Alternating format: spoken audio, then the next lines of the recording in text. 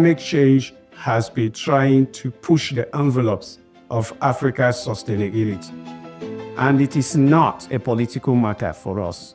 It is an existential threat. With climate action, nobody's safe until everyone is safe. Thank you so much for joining us at this special session at the Globelix conference here in Pretoria. It's our pleasure to talk about a new project that has just launched. It's called the Canada-Africa Partnership on Intellectual Property for Climate Action, the CAP on IP for Climate Action. Intellectual property is relevant to our collective response to climate change because it is the means by which we manage the knowledge that's needed for many of these technologies. It governs how accessible knowledge is. It governs how knowledge can be mobilized and how it can be used. There's a tension about who creates the technologies that we need to adapt or to mitigate climate change. What information or data are they using? We want to come up with a regulatory system that gets a better deal for African innovation. The project is an initiative of the Open African Innovation Research Network, known as OpenAIR. Our research network has been operating for nearly 15 years, and we have been tackling the relationship between intellectual property and numerous sustainable development goals.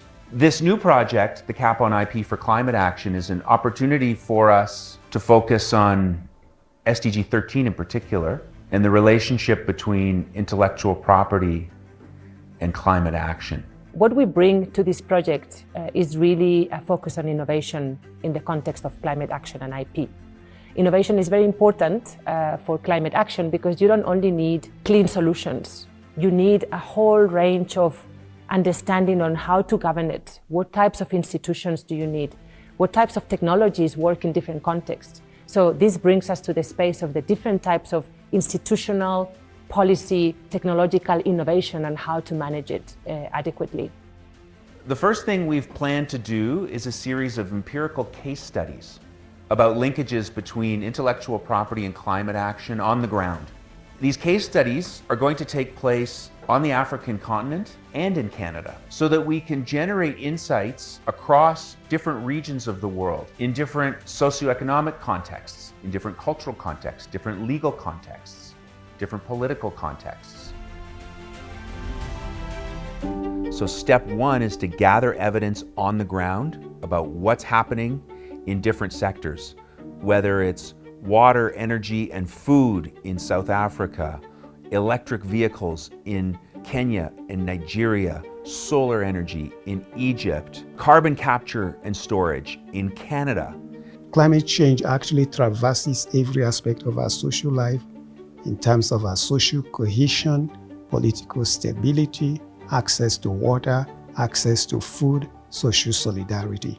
All of these are impacted by climate change, but we have shown up in this space trying to really leverage the potentials of intellectual property to even bring about enhanced technological participation and even enhanced access to knowledge. So in the climate change space, we saw a lot of potentials for Africa to reconsider, to rethink how intellectual property can partner with us. One of the main goals is to contribute to evidence-led policymaking. So we're not going to make the policies or the laws, but we want to give enough evidence to policymakers and legislators that helps them get to that place. So our case studies are going to be going to the ground and saying, in this community, what are the challenges that they're facing? What is the innovation that they have here for climate adaptation? How must it be protected? How is it protected? What's wrong with it and what's right? So those would be the case studies. They'd be really on the ground, specific community jurisdiction, looking at a particular innovation. Then in addition to that, we do what we call action research. And so typically what researchers do would be to do research on policymakers or legislators, almost make them subjects of research. That's not our approach. We work with them, so we collaborate. And then we're going to look at these potential solutions through the lenses of future scenarios. So we're interested in doing strategic foresight research, wind tunneling, proposed actions, proposed policies through the lens of different future scenarios to see how in different scenarios, different solutions might work or not work. And we'll do that together with practitioners on the ground, policymakers, and academic researchers. Innovation must be understood in context. And this is what we are trying to do here, that voices of the Global South particularly need to be amplified, and that meaningful Global North and Global South collaboration are the only way to enrich global knowledge and practice. The kinds of innovation challenges that we care about in this project require interdisciplinary approaches. We understand that you can't just copy and paste solutions from one context to another. You need to really ground it on the realities, particularly of different African contexts, as well as different types of methodologies and perspectives that come from law, from economics, from innovation studies, from development. And only by doing that interdisciplinary approach, you are able to address the complexity of these issues in their context in which they sit. I think the best way to understand the relationships between intellectual property and climate action is through some practical examples. So we can think about a technology like solar energy.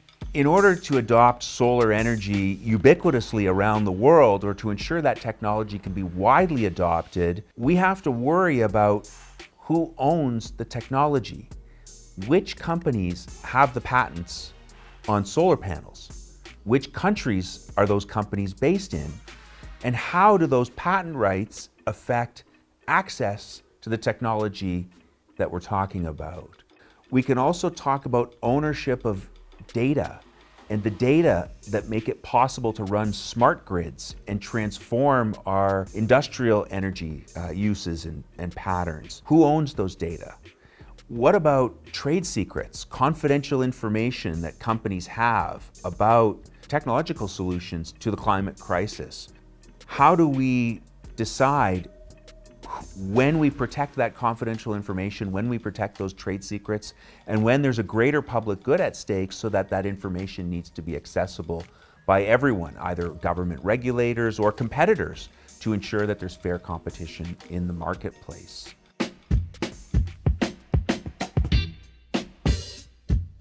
A few days ago at a panel, we were talking about how resourceful in data the Global South is.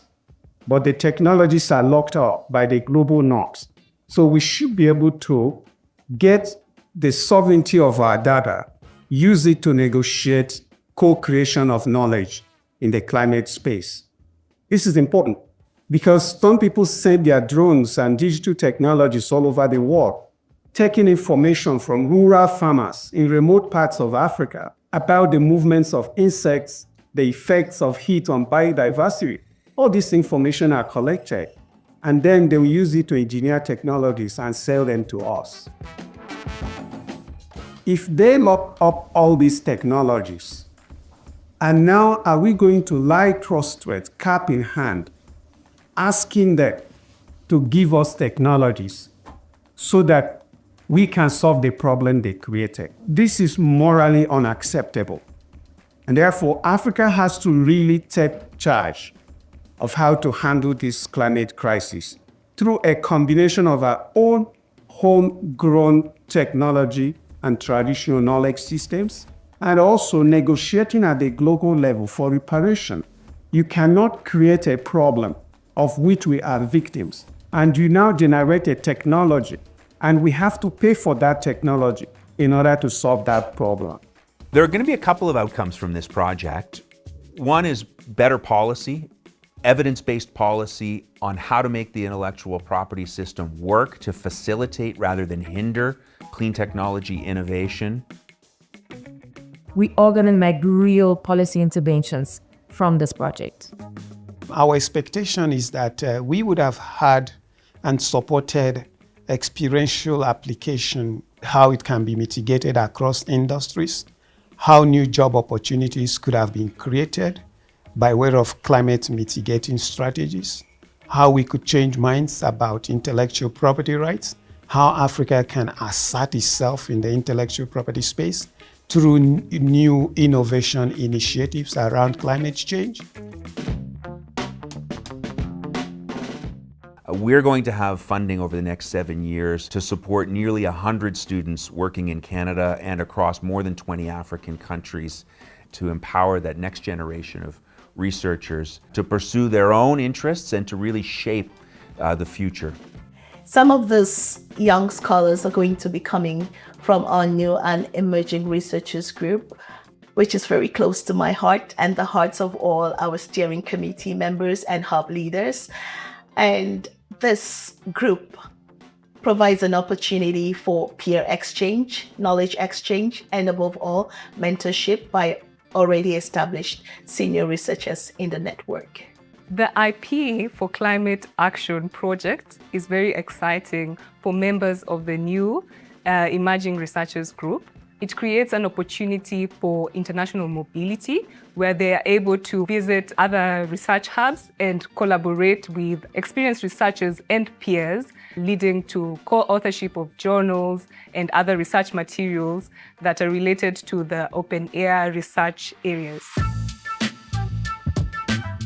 From the Open Air New and Emerging Research Group, I got inspired to start my own research on IP and green innovation in Egypt.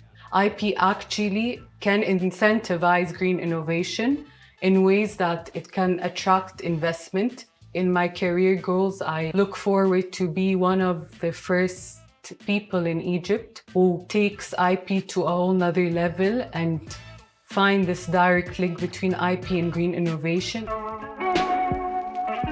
I'm going to be part of the Canada-Africa Partnership on IP as a doctoral researcher. Most of the research that I've seen usually focuses on the global north. Any discussions that I had on Africa usually come from the global north. So this project that we're going to be doing at Open Air situates us within this discussion, but at least this time it's going to be coming right from Africa, and it will make a difference because these are African opinions, these are African research studies, and they will influence what we actually need.